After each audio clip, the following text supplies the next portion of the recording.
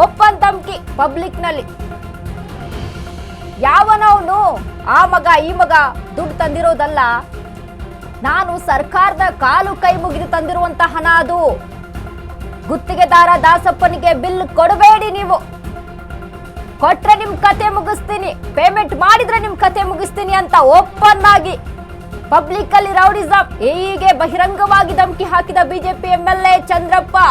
ಹೊಳಲ್ಕೆರೆಯ BJP MLA ಚಂದ್ರಪ್ಪನ ಧಮಕಿಗೆ ಬೆದರಿದ ಎಇ. ಕಾಂಟ್ರಾಕ್ಟರ್ ದಾಸಪ್ಪನಿಗೆ ಬಿಲ್ ಬಿಡುಗಡೆ ಮಾಡದ ಅಧಿಕಾರಿಗಳು. ಬಿಲ್ ಪಾವತಿಯಾಗದ ಹಿನ್ನೆಲೆ ಲೋಕಾಯುಕ್ತಕ್ಕೆ ದೂರು ಕೊಟ್ಟ ದಾಸಪ್ಪ. ಓಪನ್ ಆಗಿ ಪಬ್ಲಿಕ್ ಮುಂದೆನೆ ಧಮಕಿ ಹಾಕ್ತಾರೆ. ನೀವು ಒಂದ್ ವೇಳೆ ಪೇಮೆಂಟ್ ಮಾಡಿದ್ರೆ ನಿಮ್ ಕಥೆನೆ ಮುಗಿಸ್ತೀನಿ ಅಂತ. ಯಾವನ ಹೋಗಿ ದುಡ್ಡು ತಂದಿಲ್ಲ, ಆ ಮಗ ಈ ಮಗ ಯಾವನ ಹೋಗಿ ತಂದಿಲ್ಲ, ನಾನು ಸರ್ಕಾರದ ಕೈಕಾಲು ಬಿದ್ದು ನಾನು ದುಡ್ಡನ್ನ ತಂದಿದ್ದೀನಿ ಅಂದ್ರೆ ಯಾವ್ದಕ್ ತಂದಿದ್ದೀರಾ ನೀವು ದುಡ್ಡನ್ನ?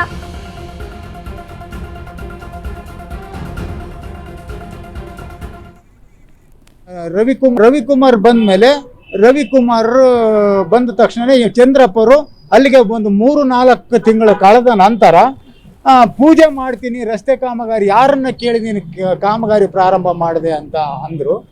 ನಾನು ಸ್ಥಳ ಮತ್ತು ಶಾಮಿಯಾನ ಅದೆಲ್ಲ ಅರೇಂಜ್ ಮಾಡಿ ಕಾಮಗಾರಿ ಪೂಜೆ ಮಾಡಲಿಕ್ಕೆ ಆಹ್ವಾನಿಸಿದಾಗ ಏಕ್ದಮ್ ಬಂದು ಅವಾಚ್ಯ ಶಬ್ದಗಳಿಂದ ನಿಲ್ಲಿಸಿ ಕಾಮಗಾರಿ ನಿಲ್ಲಿಸು, ಬಿಲ್ ಕೊಡಬೇಡ್ರಿ ಇವನಿಗೆ ಅಂತ ಎಡಬಲ್ಲಿ ಮತ್ತು ಸಂಬಂಧಪಟ್ಟ ಶಾಖಾಧಿಕಾರಿಗೆ ಎಚ್ಚರಿಸಿರಿ. ಕೊಟ್ಟರೆ ನಿನ್ನ ಗಂಟೆ ಒಳಗೆ ಮುಗಿಸ್ತೀನಿ ಅನ್ನೋಂಥದ್ದು ನನ್ನಲ್ಲಿ ವಿಡಿಯೋ ಇದೆ. ಅದಾದ ನಂತರ ಕಾಮಗಾರಿ WMM ಹಂತಕ್ಕೆ ಬಂದಿತ್ತು, ಇಂಜಿನಿಯರ್ಸ್ ಬಿಲ್ ಕೊಡಲಿಲ್ಲ. ಜನವರಿ 20ಕ್ಕೆ ನಾನು ಕೊಟ್ಟೆ. ಅನೇಕ ಬಾರಿ ಅವರಿಗೆ ಪತ್ರ ವ್ಯವಹಾರ ಮೌಖಿಕವಾಗಿ ಎಲ್ಲ ಥರನೂ ಅವ್ರಿಗೆ ವಿನಂತಿ ಮಾಡಿಕೊಂಡ್ರು. ಶಾಸಕರು ಹೇಳಿ ಶಾಸಕರಿಂದ ಪತ್ರ ತಂದಾಗ ಮಾತ್ರ ಶಾಸಕರ ಏನು ಕೊಡ್ಬೇಕು, ನೀನು ಅಷ್ಟು ಕೊಟ್ಟು ಪತ್ರ ತರಬೇಕಿಲ್ಲ, ನಮ್ಮ ಕಡೆ ಕೊಡ್ಬೇಕು ನೀನು. ರವಿಕುಮಾರ್ ಶಾಸಕರ ಡಿಮ್ಯಾಂಡ್ ಇಡ್ಲಿಲ್ಲ. ಅಲ್ಲಿ ಈ ಮೌಖಿಕವಾಗಿ ಇಟ್ಟಂತ ಸಾಕ್ಷಿಗಳು ನಮ್ಮಲ್ಲಿ ಇರೋದಿಲ್ಲ. ರೆಕಾರ್ಡ್ಸ್ ಹೇಳ್ತಾ ಬಿಲ್ ಡಿವಿಷನ್ಗೆ ಕೊಟ್ಟು ವಾಪಸ್ ನೀವು ಬಿಲ್ ತಗೊಂಡೋಗಿರೋದು. ರವಿಕುಮಾರ್ ಬಂದ ಮೇಲೆ, ರವಿಕುಮಾರ್ ಬಂದ ತಕ್ಷಣ ಚಂದ್ರಪ್ಪರು ಅಲ್ಲಿಗೆ ಒಂದು ಈ ಬಗ್ಗೆ ಹೆಚ್ಚಿನ ವಿಶ್ಲೇಷಣೆಯನ್ನ ಕೊಡೋದಕ್ಕೆ ನಮ್ಮ ಪ್ರತಿನಿಧಿ ವಿವೇಕ್ ಈಗ ನಮ್ಮ ಜೊತೆ ನೇರ ಸಂಪರ್ಕದಲ್ಲಿದ್ದಾರೆ. ವಿವೇಕ್, ಅಂದ್ರೆ ಓಪನ್ ಆಗಿ ಪಬ್ಲಿಕ್ ಅಲ್ಲಿ ಒಬ್ಬ ಗುತ್ತಿಗೆದಾರರಿಗೆ ಈ ರೀತಿ ಧಮಕಿಯನ್ನ ಹಾಕ್ತಾರೆ. ಒಂದ್ ವೇಳೆ ನೀವು ಪೇಮೆಂಟ್ ಮಾಡಿದ್ರೆ ಇನ್ನು ಕಥೆನೇ ಮುಗಿಸ್ಬಿಡ್ತೀನಿ ಅಂತ ರೌಡಿಸಮ್ ಅನ್ನ ಮಾಡ್ತಾರೆ ಅಲ್ಲ ಈ ಬಿಜೆಪಿ ಎಂಎಲ್ಎ ಚಂದ್ರಪ್ಪ. ಏನಿದ್ರು ಮರ್ಮ ಅಂತ?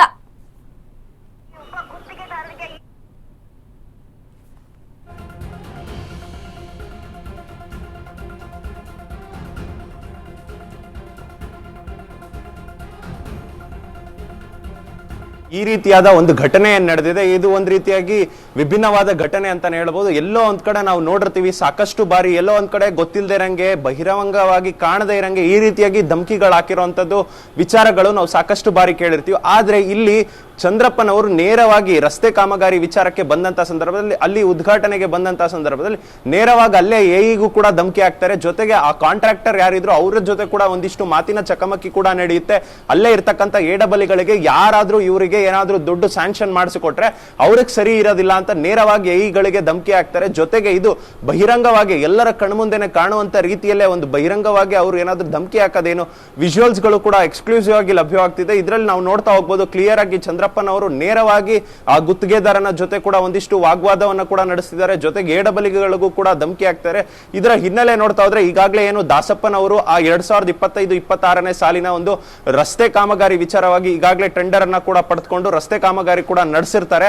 ಆ ವಿಚಾರಕ್ಕೆ ಸಂಬಂಧಪಟ್ಟಂತೆ 44 ಲಕ್ಷ ರೂಪಾಯಿ ಬಿಲ್ಗಳನ್ನ ಬಾಕಿ ಇರುವ ಹಣವನ್ನ ಕೊಡಿ ಅಂತ ಕೇಳಿದ ಸಂದರ್ಭದಲ್ಲಿ ಇಲ್ಲಿವರೆಗೂ ಕೂಡ ಅವರಿಗೆ ಹಣವನ್ನ ಕೂಡ ಬಿಡುಗಡೆ ಮಾಡಿರೋದಿಲ್ಲ. ಆ ನಿಟ್ಟಿನಲ್ಲಿ ಅವರು ಈ ಹಿಂದೆ ಅಂದ್ರೆ 3 ತಿಂಗಳ ಹಿಂದೆ ಅಷ್ಟೇ ದಾಸಪ್ಪನವರು ಹೋಗಿ ಲೋಕಾಯುಕ್ತಕ್ಕೂ ಕೂಡ ದೂರು ನೀಡಿರ್ತಾರೆ. 3 ತಿಂಗಳ ಮುಂಚಿತವಾಗಿ ಹೋಗಿ ಲೋಕಾಯುಕ್ತಕ್ಕೆ ದೂರು ನೀಡಿರ್ತಾರೆ. ನನಗೆ ಇಲ್ಲಿವರೆಗೂ ಕೂಡ ಹಣ ಸ್ಯಾಂಕ್ಷನ್ ಆಗಿಲ್ಲ, ಹಣ ಕೊಟ್ಟಿಲ್ಲ ಅಂತ. ಆ ಸಂದರ್ಭದಲ್ಲಿ ಮತ್ತೆ ಈಗಾಗಲೇ ಏನು ಮತ್ತೆ ಈಗ ಯಾಕೆ ಮುನ್ನೆಲೆಗೆ ಬಂದಿದೆ ಅಂದ್ರೆ ಮತ್ತೊಮ್ಮೆ ಅವರು ಹೋಗಿ ನಿನ್ನೆ ಅಷ್ಟೇ ಲೋಕಾಯುಕ್ತ ಕಚೇರಿಗೆ ಕೂಡ ಭೇಟಿ ನೀಡ್ತಾರೆ. ಅಲ್ಲೂ ಕೂಡ ಒಂದಿಷ್ಟು ಚರ್ಚೆಗಳನ್ನ ನಡೆಸ್ತಾರೆ. ಯಾಕೆ ಇವರ ವಿರುದ್ಧ ಇನ್ನೂ ಕೂಡ ಕ್ರಮ ಆಗಿಲ್ಲ ಅಂತ, ಅಂದ್ರೆ ಅಲ್ಲಿರ್ತಕ್ಕಂಥ AEE ಹಾಗೂ JEಗಳ ವಿರುದ್ಧ ಯಾಕೆ ಕ್ರಮ ಆಗಿಲ್ಲ, ನನಗೆ ಯಾಕೆ ಬಾಕಿ ಇರುವಂತ ಹಣ ಕೊಟ್ಟಿಲ್ಲ, ಅವ್ರು ಯಾವ ರೀತಿಯಾಗಿ ಅಂದ್ರೆ ಅಲ್ಲಿರ್ತಕ್ಕಂಥ ಇಂಜಿನಿಯರ್ ಅವರು ಏನ್ ಎಸ್ಟಿಮೇಟ್ ಅನ್ನ ಕೊಟ್ಟಿದ್ರು, ಯಾವ ರೀತಿಯ ಕಾಮಗಾರಿಯನ್ನ ಹೇಳಿದ್ರು, ಅದರ ನಿಟ್ಟಿನಲ್ಲೇ ಕಾಮಗಾರಿ ನಡೆದಿದ್ರು ಕೂಡ ಯಾಕೆ ಈ ರೀತಿಯಾಗಿ ಮಾಡ್ತಿದ್ದಾರೆ, ಶಾಸಕರು ಯಾಕೆ ಈ ರೀತಿಯಾಗಿ ಮಾಡ್ತಿದ್ದಾರೆ ಅನ್ನೋದು ಅವರ ಪ್ರಶ್ನೆ ಆಗಿದೆ ವನಿತಾ. ಹಾಗಾದ್ರೆ ಈ ವಿಚಾರಕ್ಕೆ ಸಂಬಂಧಪಟ್ಟಂತೆ ಬಿಜೆಪಿ ಅವರು ಏನ್ ಹೇಳ್ತಾರೆ, ಇನ್ನು ಲೋಕಾಯುಕ್ತ ಇದಕ್ಕೆ ಯಾವ ರೀತಿಯಾದಂತ ಕ್ರಮವನ್ನ ತೆಗೆದುಕೊಳ್ಳುತ್ತೆ, ಮುಂದಿನ ಕ್ರಮಗಳು ಯಾವ ರೀತಿಯಾಗಿ, ದಾಸಪ್ಪ ಅವರ ಕ್ರಮಗಳು ಹೇಗಿರುತ್ತೆ ಅಂತ?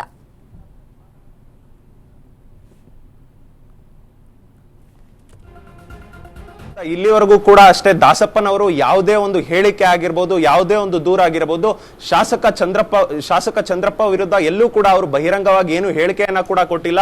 ಜೊತೆಗೆ ಈಗಾಗಲೇ ಇರ್ತಕ್ಕಂಥವ್ರ ಜೊತೆ ಕೂಡ ಅವರು ಒಂದಿಷ್ಟು ಹೇಳಿಕೆ ಬಹಿರಂಗವಾಗಿ ಎಲ್ಲೂ ಕೂಡ ಶಾಸಕರ ವಿರುದ್ಧ ಕೊಟ್ಟಿಲ್ಲ. ಜೊತೆಗೆ ಲೋಕಾಯುಕ್ತಕ್ಕೆ ಏನ್ ಈಗಾಗಲೇ ದೂರನ್ನ ನೀಡಿದ್ದಾರೆ ಅದು ಕೂಡ ಶಾಸಕರ ವಿರುದ್ಧ ಎಲ್ಲೂ ಕೂಡ ದೂರನ್ನ ಕೊಟ್ಟಿಲ್ಲ. ಅವರು ಕೇವಲ ಲೋಕಾಯುಕ್ತಕ್ಕೆ ದೂರು ಕೊಡುವಂತ ಸಂದರ್ಭದಲ್ಲೂ ಇಬ್ಬರು AEಗಳು ಹಾಗೂ ಇಬ್ಬರು JEಗಳ ವಿರುದ್ಧ ಮಾತ್ರನೇ ದೂರನ್ನ ದಾಖಲೆ ಮಾಡಿದ್ದಾರೆ. ಯಾಕಂದ್ರೆ ಅವರು ಹಣವನ್ನ ಬಿಡುಗಡೆ ಮಾಡಿಲ್ಲ ಅಂತ. ಆದ್ರೆ ನಿಜವಾದ ಹಿಂದಿನ ಮರ್ಮವನ್ನ ನೋಡ್ತಾ ಹೋದ್ರೆ, ಯಾಕೆ ಅವರು ಹಣವನ್ನ ಬಿಡುಗಡೆ ಮಾಡ್ತಾ ಇಲ್ಲ ಅಂತ ನೋಡ್ತಾ ಹೋದ್ರೆ, ಇಲ್ಲಿ ಶಾಸಕರು ನೇರವಾಗಿ ರಸ್ತೆಯ ಮಧ್ಯದಲ್ಲೇ, ಅಂದ್ರೆ ಎಲ್ಲರಿಗೂ ಕಾಣುವ ರೀತಿಯಲ್ಲೇ ಒಂದು ಧಮಕಿಯನ್ನ ಹಾಕಿದ್ದಾರೆ. AEಗಳಿಗೆ JEಗಳಿಗೆ ಯಾರು ಕೂಡ ಹಣವನ್ನ ಬಿಡುಗಡೆ ಮಾಡಬಾರದು, ಬಿಡುಗಡೆ ಮಾಡಿದರೆ ಒಂದು ವೇಳೆ ಏನಾದ್ರೂ ನಿಜಕ್ಕೂ ನೀವು ಬಿಡುಗಡೆ ಮಾಡಿದರೆ ನಿಮ್ಮ ವಿಚಾರದಲ್ಲಿ ನಾನು ಸರಿಯಾಗಿ ನಡೆದುಕೊಳ್ಳೋದಿಲ್ಲ ಅಂತ ನೇರವಾಗಿ ಒಂದು ವಾರ್ನಿಂಗ್ ಅನ್ನ ಕೂಡ ಶಾಸಕರು ಕೊಟ್ಟಿದ್ದಾರೆ. ಆದ್ರೆ ಈ ವಿಚಾರನ ಯಾವ ರೀತಿಯಾಗಿ ರಾಜ್ಯ ಬಿಜೆಪಿ ತೆಗೆದುಕೊಳ್ಳುತ್ತೆ ಮುಂದಿನ ದಿನಗಳಲ್ಲಿ ಅಂತ ಕೂಡ ಕಾದ್ ನೋಡ್ಬೇಕಾಗಿರುತ್ತೆ ವನಿತಾ. ಎಸ್ ವಿವೇಕ್, ಧನ್ಯವಾದಗಳು ನಿಮ್ಮೆಲ್ಲ ವಿಶ್ಲೇಷಣೆಗಾಗಿ. ನಿಮ್ಮ ಹತ್ರ ಬಂದು ಭೇಟಿ ಆಗಿಲ್ವಾ? ನಾನೇನ್ ಹೇಳ್ತೀನಿ, ಪೂಜೆ ಮಾಡೋರು ಸ್ಟಾರ್ಟ್ ಮಾಡ್ಬೇಡ ಅಂತ ಹೇಳ್ತಾನೆ. ನೀವು ಪೂಜೆ ಮಾಡೋ ಅಲ್ಲ, ನಾನು ಟೈಮಿಗೆ ಸಾಗುತ್ತಲ್ಲ ತಂದಿರೋದು ಈ ಸರ್ಕಾರದಾಗೆ ದೊಡ್ಡ ಕಾಲು ಕೈ ಮುಗಿದು ತಂದಿರೋದು. ಹೌದು ಇರ್ಬೋದಣ್ಣ, ಮತ್ತೆ ಇಂಜಿನಿಯರ್ಸ್ ನೀವು ನೋಡು, ಅದಕ್ಕೆ ಹೇಳ್ತೀನಿ, ನಿನ್ಗೆ ಹೇಳಲ್ಲ ಅವ್ನಿಗೆ ಹೇಳ್ತೀನಿ. ಅತ್ಲಾಗ ಏನನ್ನು ಪೇಮೆಂಟ್ ಕೊಟ್ರೆ ನಿನ್ನ ಕತೆ ನಾನು ಹೇಳೋದು ಕೇಳು. ನಿಮ್ಮ ಹತ್ರ ಬಂದು ಭೇಟಿ ಆಗಿಲ್ವಾ? ನಾನೇನ್ ಹೇಳ್ತೀನಿ, ಪೂಜೆ ಮಾಡೋರು ಸ್ಟಾರ್ಟ್ ಮಾಡ್ಬೇಡ ಅಂತ ಹೇಳ್ತಾನೆ. ನೀವು ಪೂಜೆ ಮಾಡೋ ಅಲ್ಲ, ನಾನು ಟೈಮಿಗೆ ಸಾಗುತ್ತಲ್ಲ ನಾನು ನೋಡಿ ತಂದಿರೋದು ಈ ಸರ್ಕಾರದಾಗೆ ದೊಡ್ಡ ಕಾಲು ಕೈ ಮುಗಿದು ತಂದಿರೋದು.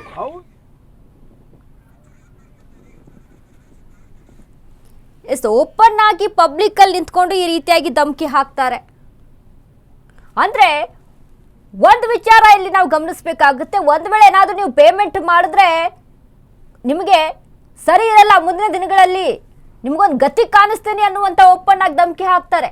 ಅಂದ್ರೆ ಅಧಿಕಾರವನ್ನ ಯಾವ ರೀತಿಯಾಗಿ ಬಳಸ್ಕೊಳ್ತಾ ಇದ್ದಾರೆ ಇವರು ಅಂತ ಇವ್ರು ಹೇಳ್ದ ಹಾಗೆ ಕೇಳಬೇಕು. ಹಾಗಾದ್ರೆ ಅಲ್ಲಿ ಕೆಲಸ ಮಾಡಿದ್ದಾರೆ, ಕೆಲಸ ಆದವ್ರಿಗೂ ಕೂಡ ಬಿಲ್ನ ಕೊಡಬೇಡಿ, ಪೇಮೆಂಟ್ನ ಮಾಡಬೇಡಿ ಅಂತ ಅಂದ್ರೆ ಸರ್ಕಾರದ ಕೈಕಾಲು ಬಿದ್ದು ನಾನು ಹಣವನ್ನು ತೆಗೆದುಕೊಂಡಿದ್ದೀನಿ, ಯಾವುದಕ್ಕೋಸ್ಕರ ತಂದಿದ್ದೀರಾ? ಕಾಮಗಾರಿಯನ್ನ ಮಾಡಿಸೋಕ್ಕೋಸ್ಕರ ಅಥವಾ ಯಾವುದಕ್ಕೋಸ್ಕರ ತಂದಿದ್ದೀರಾ? ಅಂದ್ರೆ ನಿಮ್ಮನ್ನ ಕೇಳಿ ಅಲ್ಲಿ ಹಣವನ್ನ ಕೊಡಬೇಕಾ? ಕ್ಷೇತ್ರದ ಅಭಿವೃದ್ಧಿಯನ್ನ ಮಾಡೋದಕ್ಕೆ ಅಂತ ತಂದಿದ್ದೀರಾ ಅಥವಾ ಯಾವ ಕಾರಣಕ್ಕೆ ನೀವು ಹಣವನ್ನ ಬಿಡುಗಡೆ ಮಾಡ್ಕೊಂಡಿರೋದು ಸರ್ಕಾರದಿಂದ? ಇದೆಲ್ಲವೂ ಕೂಡ ಪ್ರಶ್ನೆ ಆಗುತ್ತೆ. ಪಬ್ಲಿಕ್ ಅಲ್ಲಿ ನಿಂತ್ಕೊಂಡು ಒಂದು ರೌಡಿಗಳ ತರ ಈ ರೀತಿ ಬಿಹೇವ್ ಮಾಡ್ತೀರಾ ಅಲ್ವಾ? ನೀವೊಂದು ಸಮಾಜಮುಖಿಯಾಗಿ ಸಮಾಜದಲ್ಲಿ ನಿಮಗೊಂದು ಸ್ಥಾನಮಾನ ಇದೆ, ಹೇಗೆ ನಡ್ಕೊಳ್ಬೇಕು, ಹೇಗಿರಬೇಕು, ಅದ್ರ ಬಗ್ಗೆನೂ ಕೂಡ ಒಂಚೂರು ಕಾಮನ್ ಸೆನ್ಸ್ ಇಲ್ವಾ? ಗುತ್ತಿಗೆದಾರರಿಗೆ ಹೇಳ್ತೀರಾ ಹಣವನ್ನು ಏನಾದರೂ ಕೊಟ್ಟರೆ, ಏಯಿಗೆ ನೀವು ಹೇಳ್ತೀರಾ ಧಮಕಿ ಹಾಕ್ತೀರಾ ಹಣವನ್ನು ಕೊಟ್ಟರೆ ಸರಿ ಇರಲ್ಲ ಅಂತ.